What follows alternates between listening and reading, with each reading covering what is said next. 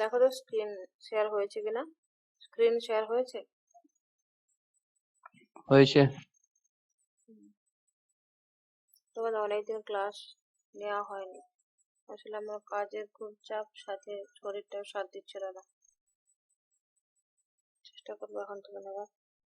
চলো, এটা হচ্ছে প্রবলেম অফ ফিলোসফি, দর্শনের যে সমস্যাগুলি সাবজেক্ট রয়েছে তোমাদের, সেটার হচ্ছে দেখো মাইন্ড বডি যে রিলেশন, মন এবং দেহের যে সম্বন্ধ, এটা রয়েছে। কিন্তু সিলেবাসটা তোমরা দেখো, ওখানে দেখতে পাবে এখানে মন আর দেহের যে সম্বন্ধ, সেটা হচ্ছে ডেকার্ট, স্পিনোজা, লাইবনিজ, এদের সবার জন্য কিন্তু রয়েছে। এখন আজকে যেটা আমরা ক্লাসে পড়বো সেটা হচ্ছে ডেকার্ট মাইন্ড বডি রিলেশন সম্পর্কে, দেহ মনের সম্বন্ধ সম্পর্কে কি বলেছেন ওটা দেখবে। 5 নম্বরে বা 10 নম্বরে যদি কোশ্চেন আসে যে ডেকার্টের মধ্যে মাইন্ড বডির সম্বন্ধ কি বা দেহ মনের সম্বন্ধটা কি, এটা লিখতে পারবে। ছোট করে নোটটা করে দিয়েছি। আচ্ছা, তোমাদের মতো করে নোটটা বানানো হয়নি, বানিয়ে দেবো, ঠিক আছে? আজকে এখন ক্লাসে এটা করিয়ে দিচ্ছি, তোমরা যেভাবে নিতে চাও আর কি, ভূমিকা টমিকা তারপরে উপসংহার, ওইভাবে পরে বানিয়ে দেবো, মানে ক্রিয়েট করে দেবো। এখন শুরু ক্লাসটা করে নাও, বিষয়টা বুঝে নাও। নোটের জন্য তো এটা দেখায় না, শুধুমাত্র পড়ানোর জন্য এখন পড়াচ্ছি, এটা দেখাচ্ছি। গ্রিক দর্শনের কাল থেকে দেহ মনে সম্বন্ধ বিষয়ে অনুসন্ধান কার্য কিন্তু চলেছে পাশ্চাত্য দর্শন থেকে। পাশ্চাত্য দর্শনই তো না, গ্রিক দর্শনের সময়ে প্রথম কি হয়েছিল, পাশ্চাত্য দর্শনের শুরুয়াতটা কোথায়, গ্রিক দর্শন দিয়ে শুরু হয়েছিল। তারপর যে গ্রিক দর্শনের সময় থেকেই কিন্তু মাইন্ড আর বডির যে সম্বন্ধটা নিয়ে কিন্তু কাজ চলেছে। তারপরে পাশ্চাত্য দর্শনের পরে এসেছিল কি, পাশ্চাত্য গ্রিক দর্শনের পরে ছিল স্কলাস্টিক দর্শন। ওয়েলকাম। আচ্ছা, তাহলে অ্যারিস্টটলীয়, তার প্রথমে দেখো গ্রিক দর্শনটা শুরু হয়েছিল, গ্রিক দর্শনের সাথে সাথে স্কলাস্টিক দর্শন, অ্যারিস্টটলীয় দর্শন। অ্যারিস্টটলীয় দর্শনে মানুষকে কিন্তু জড় এবং আকারের একত্র বলে বর্ণনা করা হয়েছে। মানে এরা হলো মানুষ, আমরা আমরা ধরো মানুষ, এটা নাক মুখ চোখ নরম হচ্ছে আঁকা, ঠিক আছে? এটা মানুষ, এই মানুষের বডির ভেতরে তো আত্মারা থাকে। এখানে বলতে চাইছে জড় মানে হচ্ছে বডিটা, এবং আকারের মানে আমাদের উপরের যে আকারটা, ফর্মটা, সেটা কিন্তু ইউনিটারি বলেছে স্কলাস্টিকরা, অ্যারিস্টটলীয়রা। আত্মা দেহের মধ্যে থাকে, আকার বস্তুর মধ্যে থাকে অবিচ্ছেদ্য রূপে, এই কথাটা কিন্তু বলেছে। আত্মা এবং মাইন্ডে রূপান্তরিত করা যায় না, এটা বলেছে কিন্তু তোমার স্কলাস্টিক অ্যারিস্টটলীয় দার্শনিকরা। এরা ডেকার্ত কি বলছে দেখো, ডেকার্ত মনে করতেন মানব দেহ একটি, আচ্ছা প্রশ্ন হতে পারে আমি ডেকার্তের মাইন্ড বডি সম্বন্ধ পড়াচ্ছি, ডেকার্তের দেহ মনের সম্বন্ধ পড়াচ্ছি, তাহলে হঠাৎ করে আমি গ্রিক দর্শন, স্কলাস্টিক দর্শন, অ্যারিস্টটলীয় দর্শনের কথা কেন বলছি? দেখো এখানে এই কারণেই বলছি যে শুধুমাত্র যে হঠাৎ করে ডেকার্তের শুধু মাইন্ড বডির সম্বন্ধ কথা বলেছে সেটা না, এরাও বলেছে।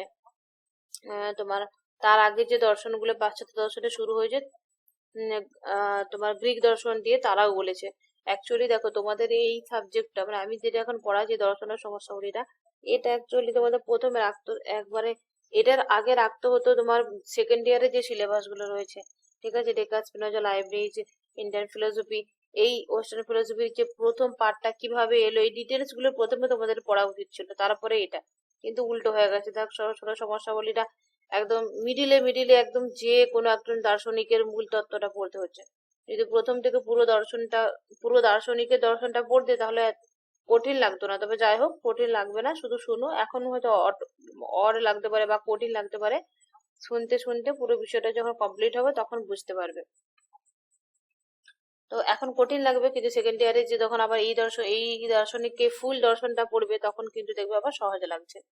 তাহলে এই কারণেই বলছি যে পাশ্চাত্য দর্শনের মূল যে শুরু আছে সেটা হয়েছিল গ্রিক দর্শন দিয়ে। গ্রিক দর্শনে তো গ্রিক দর্শনে প্রথমে গ্রিক দর্শনেও যে মাইন্ড বডির সম্বন্ধ নিয়ে আলোচনা হয়েছে, সেটাই বলতে চাইছি যে ডেকার্ট শুধু প্রথমেই ডেকার্ট শুধু বলছে না যে মাইন্ড বডির সম্বন্ধটা, এর আগে যারা দার্শনিকরা ছিলেন তারাও কিন্তু এই কথা বলেছেন, সেটাই বলার জন্য এখানে এই উপরে বেড়াটা। ডেকার্ট কি বলছে দেখো, ডেকার্ট মনে করতেন মানব দেহ একটি যন্ত্রবিশেষ এবং দেহকে তিনি একটি জাহাজের সঙ্গে তুলনা করলেও, তার মানে ডেকার্ট কি বলেছে, মানব দেহকে যন্ত্রের সাথে তুলনা করেছে, আর দেহটাকে স্পেশালি যে দেহটাকে যন্ত্র বলেছে, কি সেই যন্ত্রটা জাহাজের সঙ্গে তুলনা করেছে। বলছে দেহটাকে জাহাজ বলছে, কিন্তু আমাদের মনটাকে তাহলে চালনা করছে এই জাহাজটাকে, মানে আমাদের বডিটাকে। বলছে না, দেহটা জাহাজ, কিন্তু মনটা কিন্তু তার পাইলট বা চালক নয়। আবার মন ও দেহের সম্বন্ধে যে একেবারে অবিচ্ছেদ্য, তাও কিন্তু নয়। বলছে একেবারে যে মন আর দেহটা একবারে একটাই জিনিস, সেটাও কিন্তু না।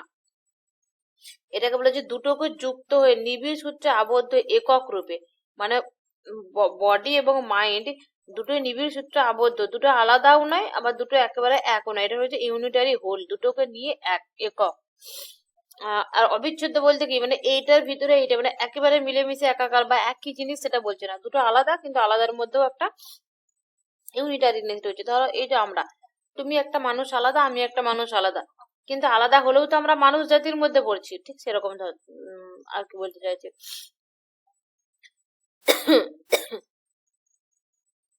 বলছে এই দুটি দ্রব্য অ্যাকচুয়ালি প্রথমে তোমাদেরকে আগে জানতে হতো। দেখো, মাইন্ড, বডি আর ঈশ্বর।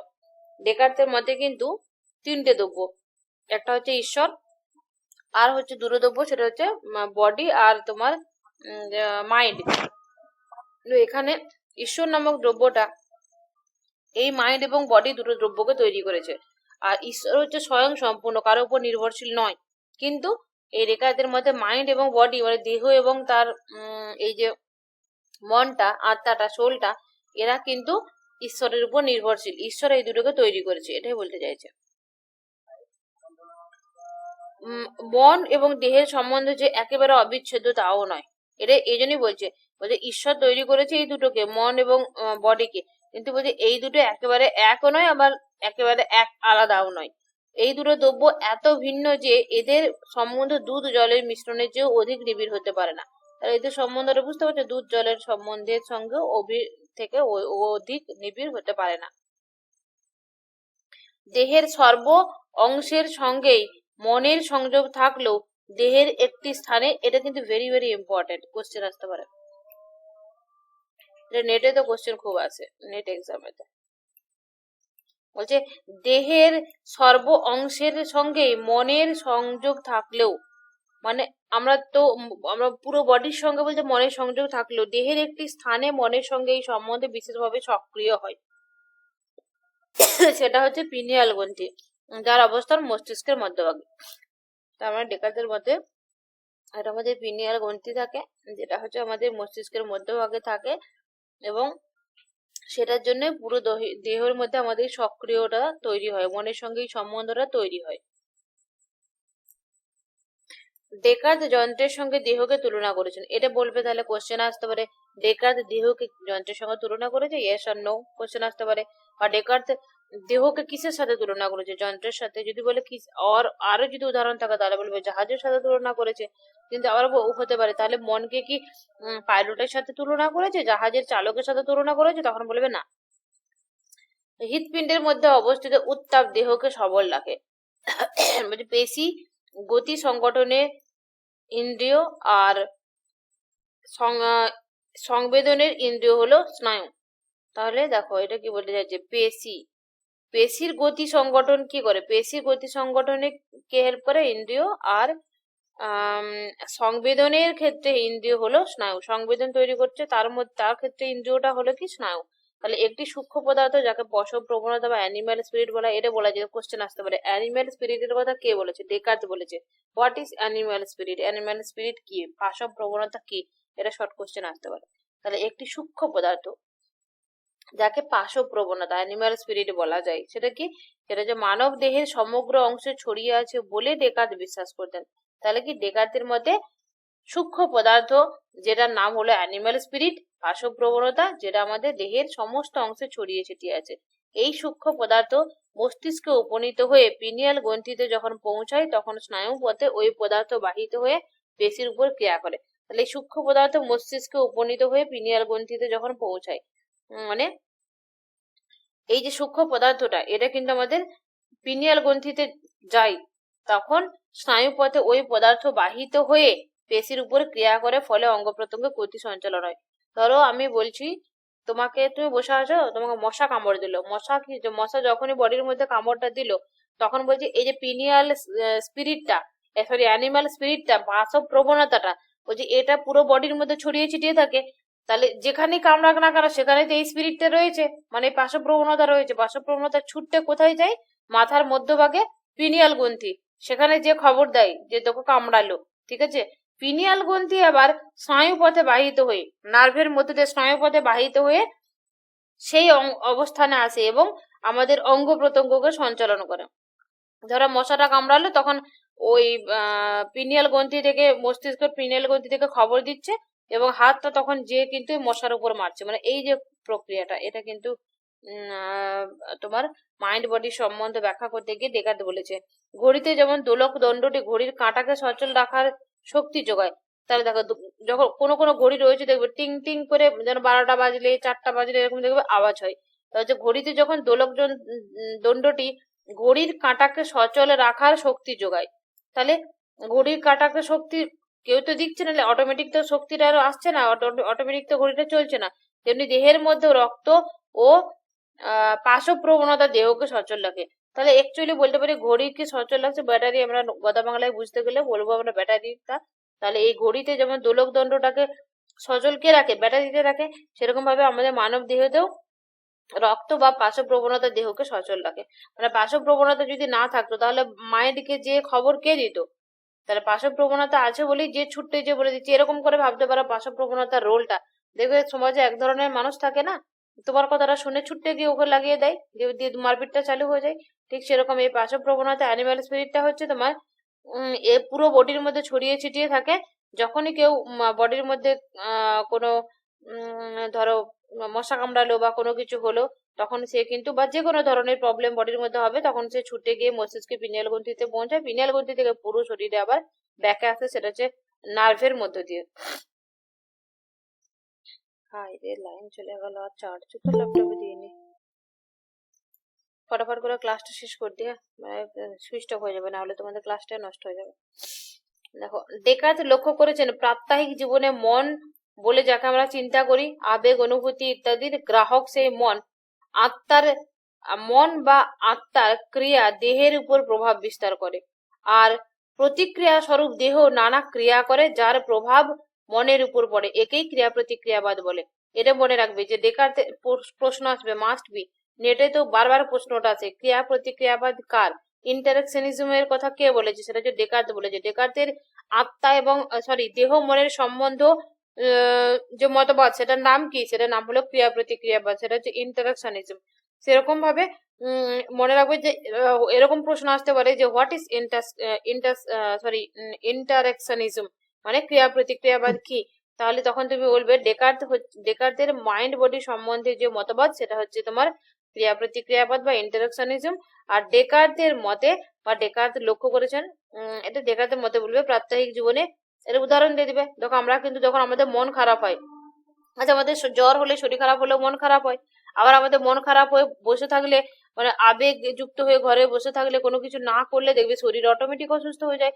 তাহলে এই মাইন্ডের সঙ্গে বডির সঙ্গে বডির প্রভাবটা মাইন্ডের উপর, মাইন্ডের প্রভাবটা বডির উপর পড়ছে। এটাকেই বলছে ডেকার্ত কিন্তু ইন্টারেকশনিজম বা ক্রিয়া প্রতিক্রিয়াবাদ। আবেগ, বর্ণ সংবেদন, আলো সংবেদন, বিষয় সংবেদন প্রভৃতির সঙ্গে মানব দেহের নিবিড় সংযোগ আছে। এই তত্ত্বের হচ্ছে মূল প্রমাণ। এগুলো হচ্ছে মূল প্রমাণ। চিন্তন ক্রিয়ায় যদি আমার সত্তার একমাত্র বৈশিষ্ট্য হতো, ডেকার্ত বলছে, তাহলে কোনো না কোনো ভাবে আমার আত্মা দেহের সঙ্গে যুক্ত না থাকতো, তবে দেহের প্রয়োজনকে মন জানতে পারতো না। এবং দেহ যখন তৃষ্ণার্ত হতো, মন তাহলে কোনো অনুভূতি হতো না। বলতে চাইছি, যদি দেহের সঙ্গে মনের যদি সংযোগ না থাকতো, তাহলে দেখো আমাদের যখন আমাদের দেহে যখন আমাদের পানির প্রয়োজন পড়ে, জলের প্রয়োজন পড়ে, তখন কিন্তু আমাদের মন তৃষ্ণার্ত হয়। আর তৃষ্ণ অনুভব করলে কিন্তু আমরা পানি খাই, তা পানি পিয়ে নিই, তাহলে কি হয়? তাহলে সেই দেহের যে ঘাটতিটা মিটে যায়। তাহলে এটাও কিন্তু ইন্টারাকশনিজমের একটা উদাহরণ হিসেবে ডেকার্ত বলছে। ওই ক্ষুধার্ত ডেকার্ত বলছে ক্ষুধা, তৃষ্ণা এই জাতীয় জৈবিক প্রয়োজনকে দেহের বিষয় আর এইগুলির অনুভূতিকে বিচ্ছিন্ন করে মনের বিষয় রূপে গণ্য করেছে। তাহলে দেহ এবং মন এই দুটো আলাদা দ্রব্য, ডেকার্ত বলছে। তো এবং আমাদের আবেগ, অনুভূতি, এই যে বিষয়গুলো, এগুলো হচ্ছে তোমার মনের বিষয়। আর দেহের বিষয় কি? যেমন এই যে ক্ষুধা টুধা, এগুলোকে বলছে। তাহলে মনের চিন্তন রূপ গুণ, তাহলে মনের মনের আমাদের গুণ কি, সেটা হলো চিন্তা। মনের গুণ হচ্ছে চিন্তা, আর দেহের গুণ কি হবে, সেটা হচ্ছে বিস্তৃতি, মানে একটা জায়গা জুড়ে থাকবে দেহে। তারা ডেকার্ট দুটি বিচ্ছিন্ন দ্রব্যের কথা বলেছে, ঐক্য ও সহ অবস্থান বলে ভেবেছেন, কিন্তু দুটি দ্রব্যের সংমিশ্রণ নয়। বলতে চাইছে যে এই দুটো দ্রব্য আলাদা রয়েছে, দুটো দ্রব্যের মধ্যে ঐক্যতাও রয়েছে, কিন্তু দুটো দ্রব্য আবার মানে পুরোপুরি মিশ্রণও নয়, এইরকম টাইপের আর কি। তাহলে চরম রূপী ঈশ্বর রূপী দ্রব্য হচ্ছে চরম দ্রব্য, আর এই চরম দ্রব্য বা স্বয়ং সম্পূর্ণ, কারো উপর নির্ভরশীল নয়। এই দুটো দ্রব্য তৈরি করেছে, একটা দেহ আর একটা মন। এটাই হচ্ছে আসল বিষয়, আর বিশেষ করে কিছু নেই। বলছে প্রকৃতি অনুযায়ী দেহ এবং মনের মধ্যে পার্থক্য আছে। বলছে তাহলে দেহ এবং মনের মধ্যে পার্থক্য আছে বলতে কি, দেখো ঈশ্বররূপী তো একটা হচ্ছে মেন দ্রব্য ঈশ্বর, ঈশ্বর দুটো দ্রব্য তৈরি করেছে, একটা হচ্ছে দেহ, একটা হচ্ছে তোমার মন। এটা এটা হলো মন, আর এটা হলো তোমার দেহ। তাহলে এটা বলতে চাইছে যেহেতু ঈশ্বর দুটো নামে তৈরি করেছে, দুটো আলাদা, একটার গুণ হচ্ছে বিস্তৃতি, একটার গুণ হচ্ছে চিন্তা, তাহলে দুটো আলাদা, কিন্তু দুটো আলাদা হয়েও এক, যেহেতু ঈশ্বর থেকেই দুটো তৈরি হয়েছে। এই দুটোকে যদি মার্জ করে দেওয়া হয় তাহলে ঈশ্বরের মধ্যে চলে আসছে, তাহলে এক হয়ে যাচ্ছে। এই বিষয়টা বলেছে, আর কিছু না।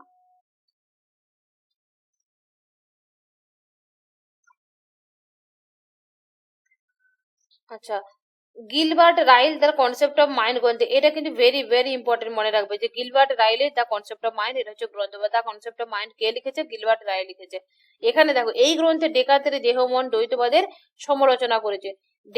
গিলবার্ট রাইল এর প্রশ্ন আসবে, যে নেটেতে বারবার কোশ্চেন আছে, নেটে সেটে মানে কম্পিটিটিভ এক্সাম গুলোতে, হাই স্কুলে জবের, কলেজে জবের, এগুলো কিন্তু খুব প্রশ্ন ওগুলো আছে, যে এই কনসেপ্ট অফ মাইন্ড গ্রন্থটা কার, সেটা হচ্ছে গিলবার্ট রাইলের।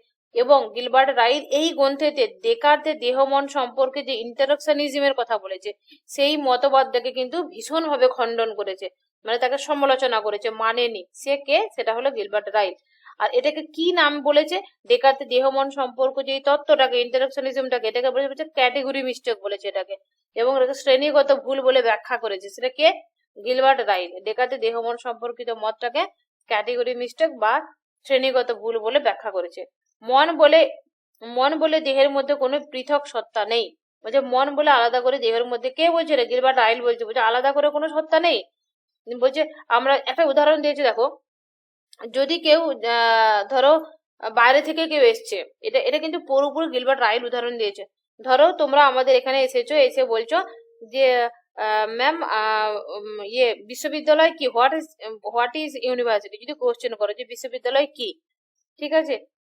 তো দিয়ে আমি হয়তো দেখালাম যে এটা ক্লাসরুম আমাদের বিশ্ববিদ্যালয়ের, এটা খেলার মাঠ, এটা লাইব্রেরি, এটা মানে সবকিছু দেখালাম। যে তারপরে তুমি কোশ্চেন করলে যে আচ্ছা সব তো দেখলাম, এটা ক্লাসরুম, এটা লাইব্রেরি, এটা খেলার মাঠ, এটা ওই, ওটা ওই, তাহলে ইউনিভার্সিটিটা কোথায়? তাহলে এটা কি প্রশ্ন হয়? কলেজে যে যদি কলেজের লাইব্রেরি, ক্লাসরুম, কলা বিভাগ, এই বিজ্ঞান বিভাগ, এটা ওটা দেখানোর পরে যদি কেউ তোমাকে প্রশ্ন করে যে এটা কলেজটা তাহলে কোথায়, এটা তো এইগুলো লাইব্রেরি দেখলাম, ক্লাসরুম দেখলাম, কলেজ কোথায়? তাহলে এই যে বোকামি ধরনের একটা প্রশ্ন আসবে, ঠিক সেইভাবেই গিলবার্ট রাইট সমালোচনা করেছেন। বলছে মন বলে আলাদা করে দেহের বাইরে কোনো কিছু নেই। আমরা যদি ইউনিভার্সিটির বাইরে, এই ক্লাসরুম, খেলার মাঠ, লাইব্রেরি, এগুলোর বাইরে যদি ইউনিভার্সিটিটাকে আমরা খুঁজতে চাই, যেরকম বোকামি হবে, একটা ক্যাটেগরি মিস্টেক হবে, শ্রেণীগত আমাদের ভুল হয়ে যাবে, ঠিক সেইভাবে ডেকার্ট তো ভুল করেছেন, যে দেহের মধ্যে মনকে আলাদাভাবে খুঁজতে গিয়ে। দেহের মধ্যে আলাদা করে মন নেই, দুটো একই বিষয়, একসঙ্গেই আছে। তাই হচ্ছে রাইলের মতে আমরা মন সম্পর্কে যে শব্দ ব্যবহার করি তা হচ্ছে আচরণগত শব্দ, ডিসপজিশনাল ওয়ার্ড। ব্যক্তি মানুষের আচরণকে প্রকাশে সাহায্য করে, তার দক্ষতা মানে স্কিল, দক্ষতার পিছনে অতিরিক্ত মানসিক অবস্থা নেই। বলছে যে আমরা কোনো একটা মনে কোনো একটা লোকের স্কিল দেখবো, ঠিক আছে, ওই স্কিলের পিছনে আমরা আলাদা করে মন খুঁজতে যাওয়ার দরকার নাই। তাহলে এটাই হলো মূল কথা গিলবার্ট রাইলের। কার্তেজীয়রা মন সম্পর্কে যে গল্প পেতেছে তা অনেকটা রূপকথার গল্পের মতো, মিথ যেন এটা একটা, যার কোনো সত্যতা প্রমাণ করা যায় না। তাহলে এখানে কি বলেছে, কার্তেজীয় দার্শনিক কে, কার্তেজীয় দার্শনিক হচ্ছে ডেকার্ত। তাহলে ডেকার্তকে বলছে যে ডেকার্ত বা কার্তেজীয় দার্শনিক ডেকার্ত বলছে এমন একটা গল্প পেতেছে যেন এটা একটা রূপকথার গল্পের মতো, যেটা বাস্তবে কোনোদিন প্রমাণ করা যাবে না। ঠিক আছে, দেহ মনের সম্পর্ক ডেকার্তের এখানে শেষ হয়ে গেল। কারো যদি কিছু প্রশ্ন আছে ফটাফট বলে 1 মিনিটের মধ্যে, কারণ ক্লাসটার রেকর্ডটা নষ্ট হয়ে যাবে, না হলে লাইন চলে গেছে।